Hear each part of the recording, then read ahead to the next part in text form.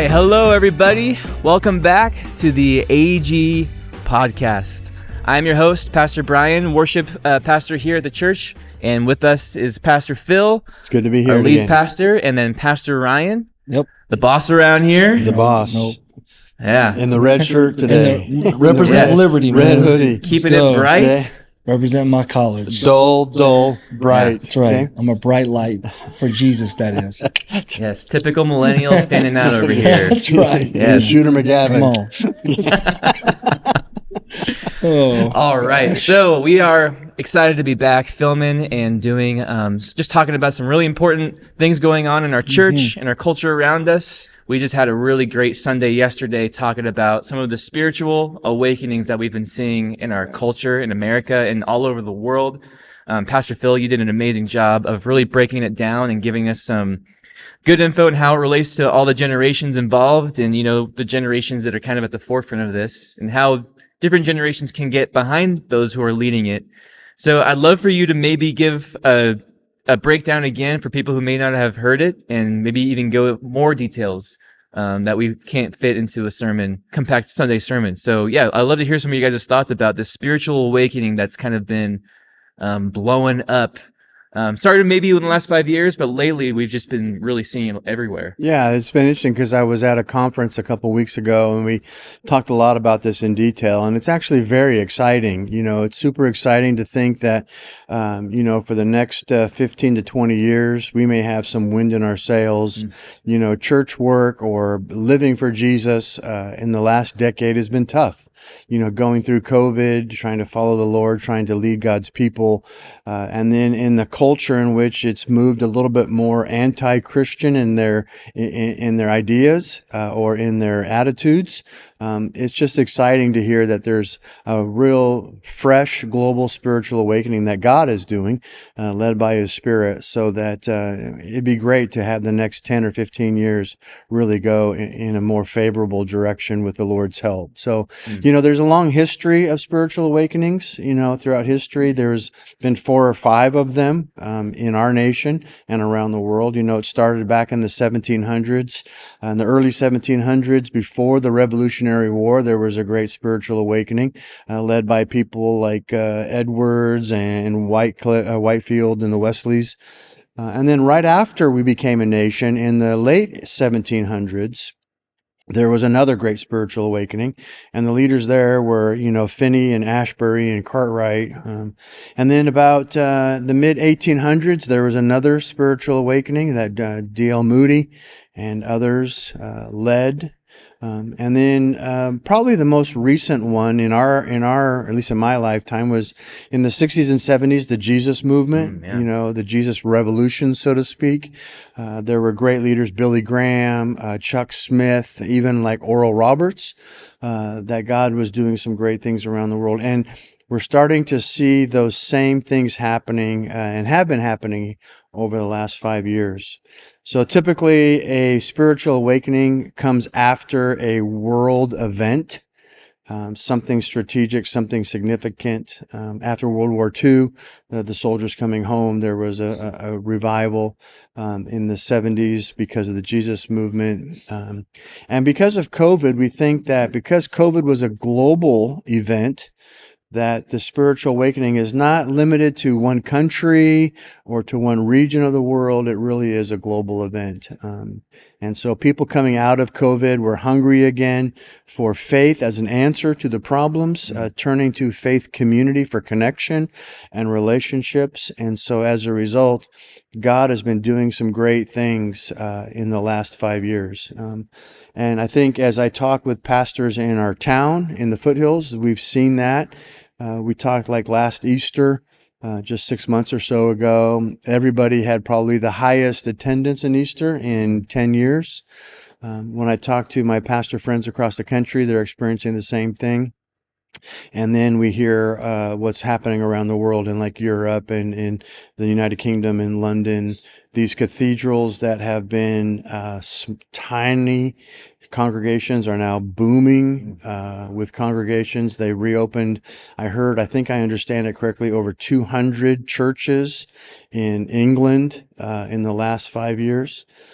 Because people are returning to faith, and they're returning to work, to the Word, and they're returning to faith communities. And so it's just been a great thing. And it's not, the difference between a revival and a great awakening is a revival is more regional, local. Okay.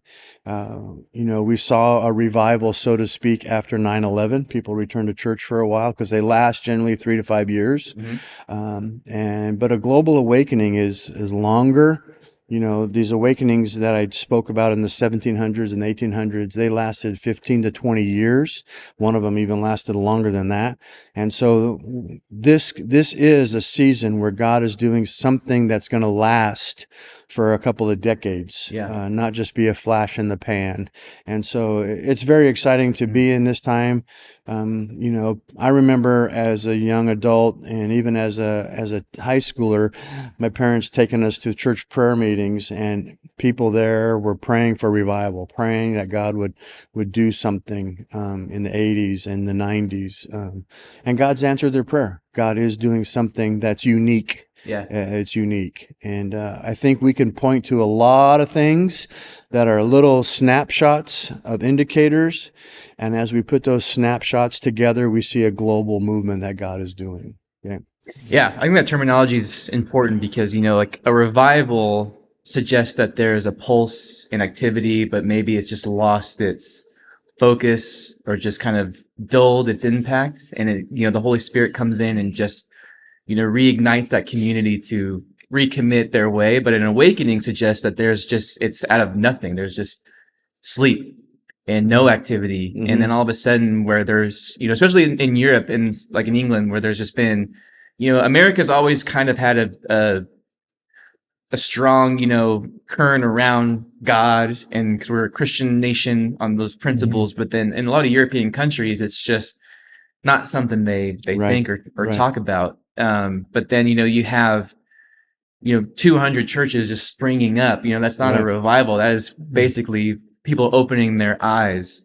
And so what I'm curious, you guys thinking, what do you think it is about culture right now in America and around the world that is causing people to think that their eyes have been closed and now they are opening? Like, what do you think has been so common in the world around us that people are just like, this is not real. I've been asleep and it's time to wake up now and focus on God specifically, or religiosity. Because obviously you mentioned yesterday that a lot of it is God and Jesus, but there are also other religions too that are experiencing more interaction. I think people are getting to the point where they're trying to look for what is real. And I think there's so many things that play into that, like around our world today, that get people questioning, like, what is truth? What is real? And even little things like AI. Like you see an image, you have to question everything. Is this real? It's is wild. this person's real voice? Is this the person's real body that their face is on, and all that? So we live in a culture now where we're questioning everything, and now people are starting to look and say, well, what do I feel about this God? I keep hearing about it, and it's making them really dive into what is truth. Not what my parents said was true. What is absolute truth? And I think people are starting to explore that, and they tried all these other things. So now they're like, let me try this Jesus that people are talking about, this religion, and they're giving it a chance. And I think it's a lot of people's eyes are being opened and enlightened to God, and which is good, because I think people are just questioning a lot of things right now. And I think it's a good thing, Oh, that they are. Yeah. Yeah, on top of that, I think there's a couple of things. One, the Bible tells us God is going to breathe out His Spirit upon humanity, and there's going to be a great awakening. It's always exciting when an awakening happens because we know there's going to be a great harvest before the return of Jesus. So, is this the great harvest before the return of Jesus? That's an exciting thing, but we know it's going to happen, and so I think this is God's timing and His providence to just make this breathe out this spiritual awakening on the earth that makes people stirred in their hearts. I also think people have tried this whole idea of secularism, which is living life without God in it. And there's just something inside of them that realizes that's not satisfying. Then that doesn't work. If you take God out of your family, if you take God out of your community, if you take God out of your country, just the ramifications of that are very dissatisfying. And so people are returning that. I think this spiritual awakening, especially among the millennials and the Gen Zers, is a pushback against this movement of secularism that's been going on, and they realize that there's no fulfillment in it. I also think, thirdly, that the rise of individualism over the group. We have seen in our country and around the world this rampant rise of the individual, where the entire culture has to embrace my individualism.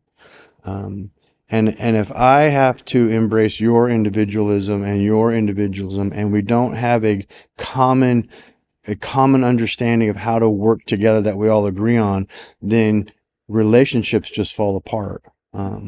Because there's no way that a group can cater to every individual. So if the individual becomes more important than the group, then everything starts to fall apart. And we've had this massive push to individual identity, individual addressing people individually. We've had this massive movement to express yourself, be yourself, demand everybody accept you as you are. Mm-hmm. And now I think people are finding that is not satisfying either. So it's making people return to what's another option out there. And I think Jesus is that option. Well, I would say that your truth aligns with my truth on the matter. Yeah. I'm just kidding. Yeah. That's millennial speak. Millennials out there will understand what I meant. Spoken from a millennial. They will.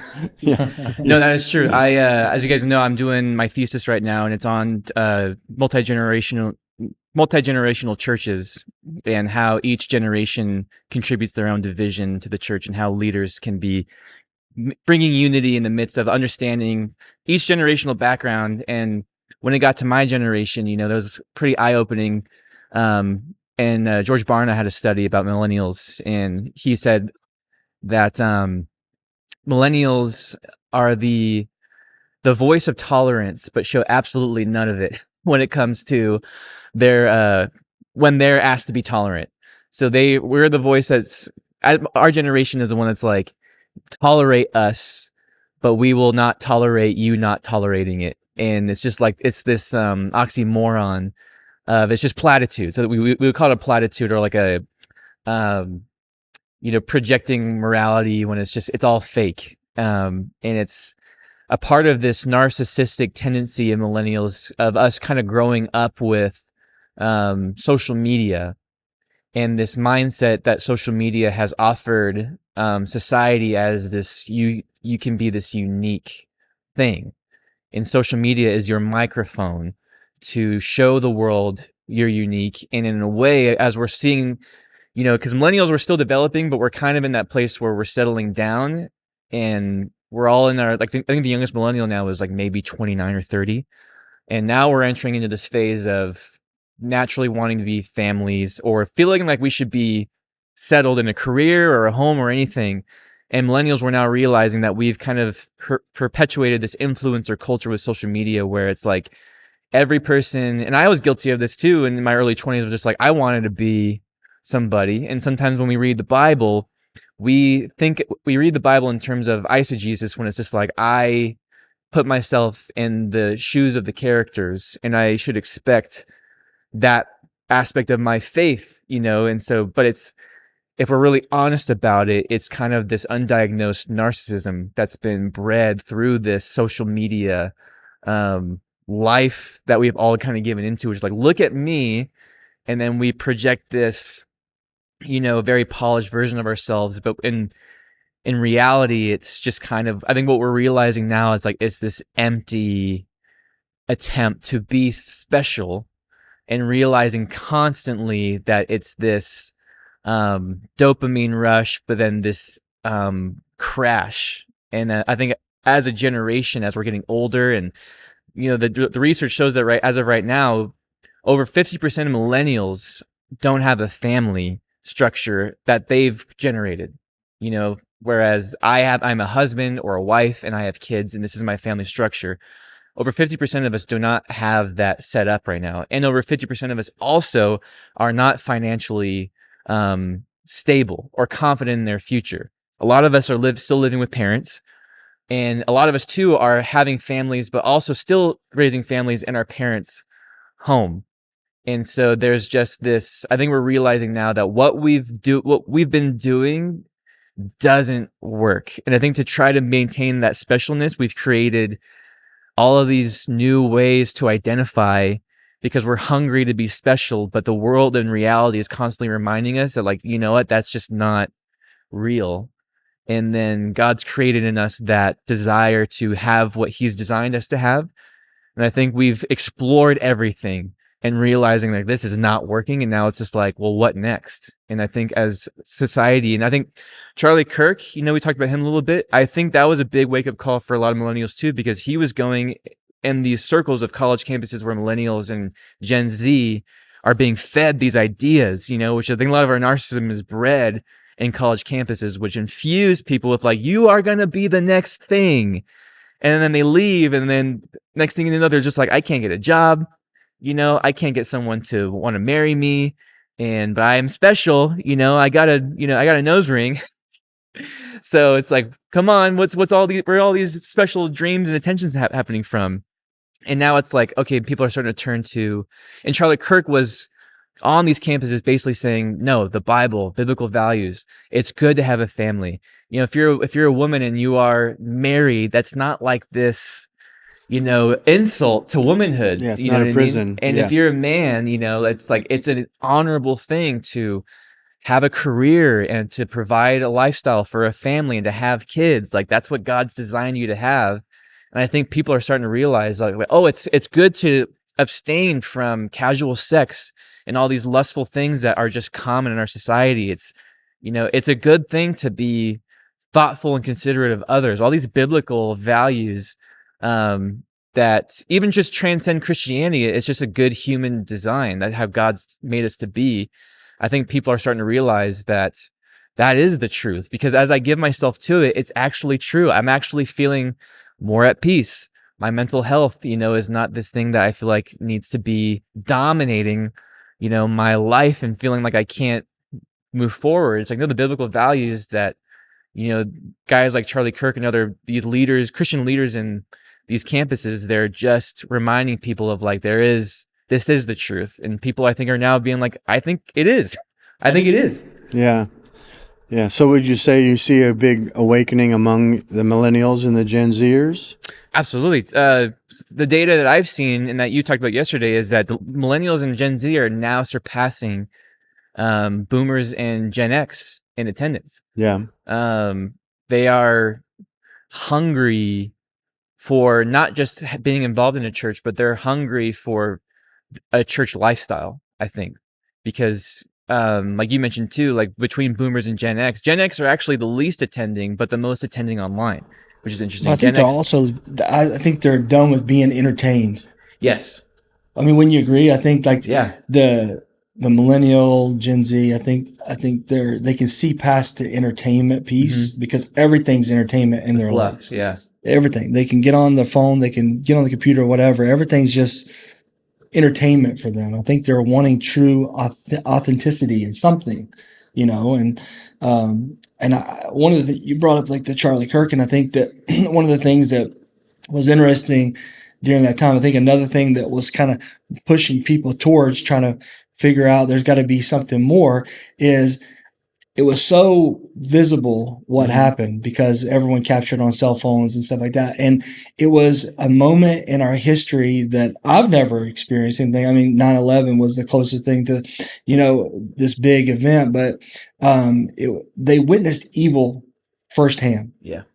And whether they were believers or not, they saw this guy who, whether they agree with everything he said or not, they witnessed something evil take place in front of their very eyes, and it Yeah. began to, kind of bring forth this sense of, there's where is this coming from, and Mhm. and it started generating conversations. I mean, it's all over social media. The conversations that Yeah. people were having that maybe weren't even born again believers, but they were having these conversations. How could somebody do something like that? And it brought up a lot of great conversations, and so it just goes to show how what the enemy meant for darkness and evil, Yeah, that's a great point can be because I've turned to also good. seen on different news channels about there's been a lot of prominent Democratic influencers and people in the political sphere who one of the primary reasons that they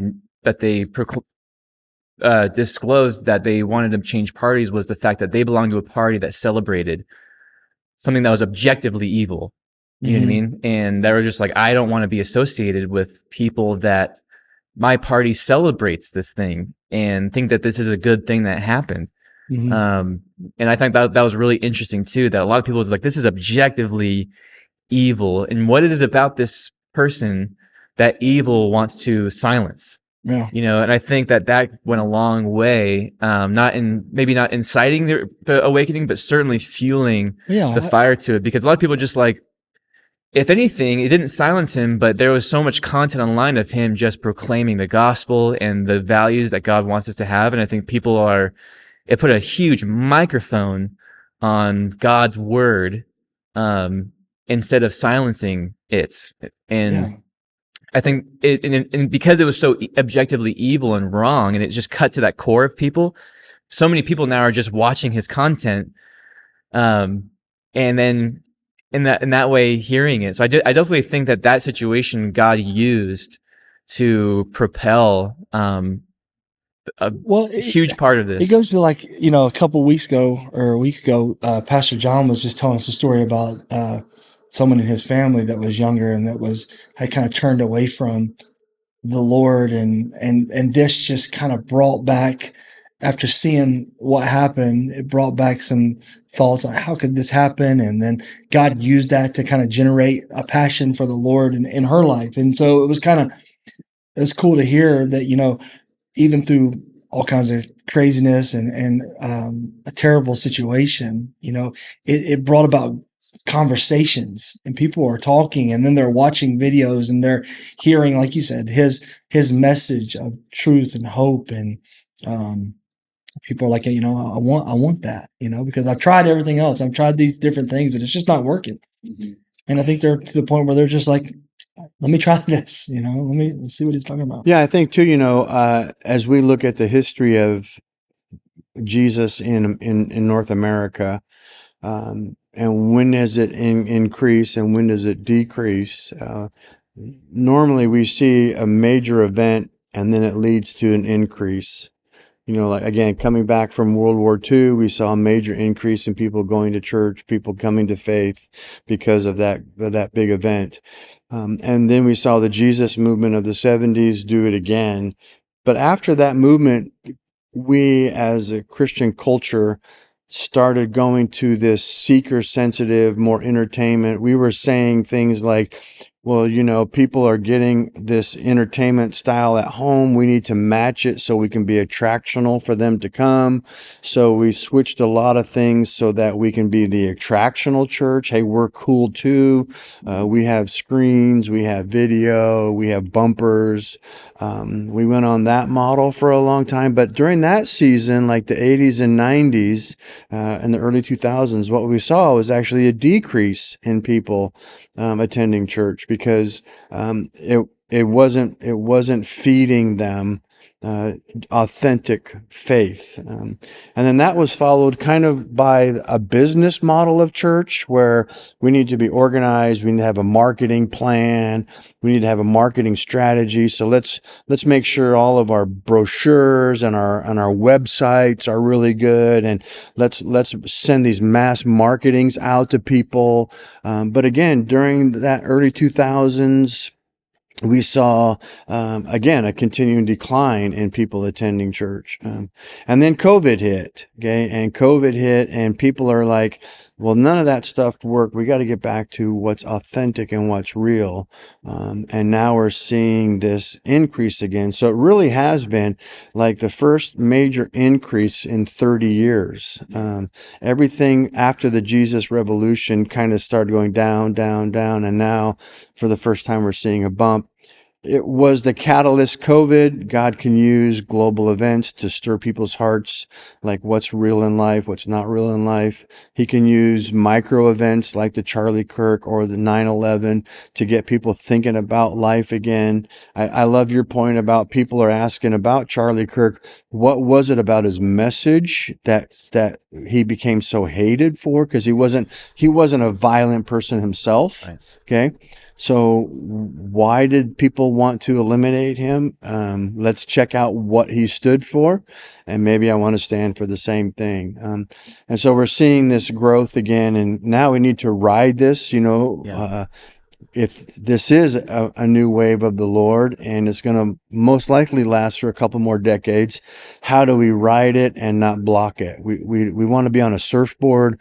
We don't want to be a seawall that stops the waves from coming in. So how can we do that? I think one of them is pointing out who the Holy Spirit is using to lead the movement, millennials and Gen Zers. It's not the boomers. It's not the Gen Xers.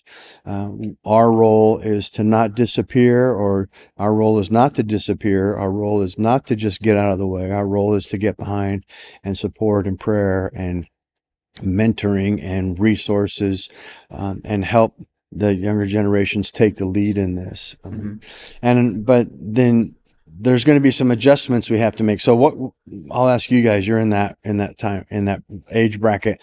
What adjustments can we do as a church to help ride on a surfboard of this wave and not block it? Maybe some practical things we can do, or just some ideologies that we can shift a little bit to make this go.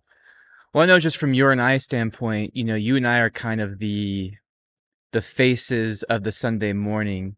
We put on, the service, and the temptation for me, which is one of the reasons as a millennial, I've loved this church, and I've found a lot of purpose in a call to this church from the Lord. But I think one of the things that's really nurtured that in me is that I think we are a church that doesn't try to be anything other than what we are and who we think God is calling us to be. And I have friends who work at other churches, and the temptation for churches, I think, a lot of time is to accomplish that polish. And obviously, we want to give God our excellence. But we have this term in the worship world called like mercenary bands, which is where you hire professional musicians who don't really have any affiliation with your church. And I've been a part of mercenary bands where it's like I get a couple $100, when I was in my 20s and just like surfing around, and they would get off stage and then everyone would go out and have cigarettes and then go home. But they're great musicians, and they were part of mega churches that a lot of people are there, and like everything is just spot on. But then it's just when I was a part of those things, I felt a really gross feeling sometimes of just feeling like this just doesn't feel good. You know what I mean? It feels like we're performing. If it's very good, it's very polished, but it feels like we are just here because like I don't know anybody here, and none of us know anybody here, but we were just all given some money to come and play and then leave. And that was for the church to accomplish that concert, rooms full, 1,000 people thing. And that's a big temptation, I think, for churches to want to do that and to come off that way. And I think what you were saying, Phil, I think that was from maybe a notion that became popular with the 2000s, when that was kind of the rise of church, which was like, hey, we're just as quality as what you can get anywhere else. But I think that was a well-intentioned, but ended up becoming something that was nurturing pridefulness in leaders and wanting to be like, we look good, we sound good. We filled the seats. Yeah, and I don't say that to say that our worship team here has a lot of flaws, but what I love about our team here is that it's all people that call this place home. And we're all ages. We have sweet Linda on the keyboard, and Alan's a Gen X, and we have some young kids coming up who are getting more involved, and some millennials.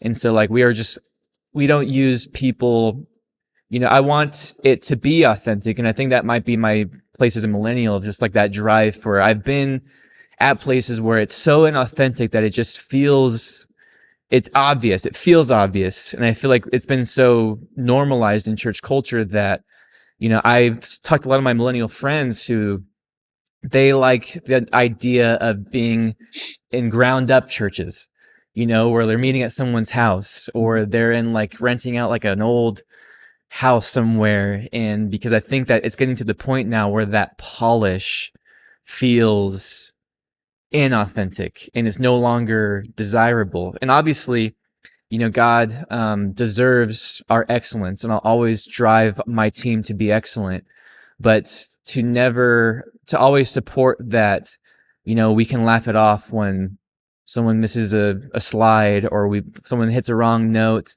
And, like I never would put it on my team to feel like they've failed in any way because they didn't help us achieve a polished service. It's all about giving God the glory.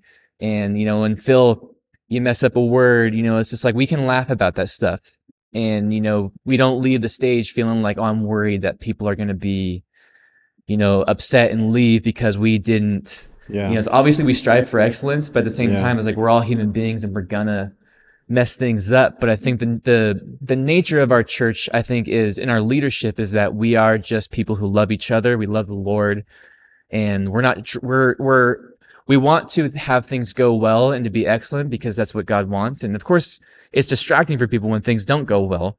So we want to be professional. We want it, but at the same time, we're not doing it to reveal a polished, fine working system, but that, when things do go wrong, it's funny. We're all just having a human experience together. And I think that is what people are longing to be a part of, feeling like they're at something that has a heartbeat in it, and not just this thing not this algorithm that churches are being like, well, this is what you want, so here it is. Yeah. And I think one thing too that's a big issue is that raises up leaders that are charismatic, not in the Christianity, but charismatic in presentation.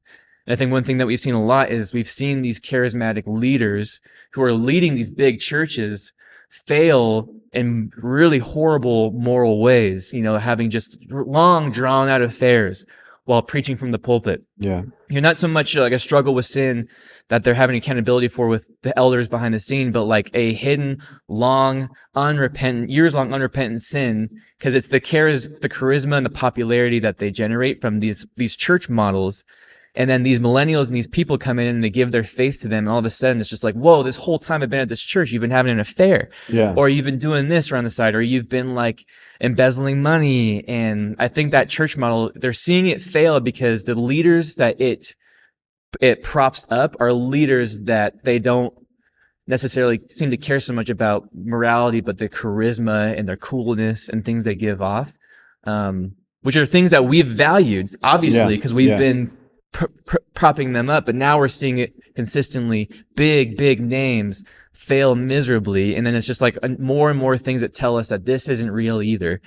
And so I think churches are going to be looking for just places that just are authentically themselves and being the church that God calls them to be, instead of being a church that they think other people want to see or matching what popular churches are doing. Because popularity does not mean at all that it's something that God is supporting or promoting. I think we've seen that very clearly now, that you can get popular off of very worldly things.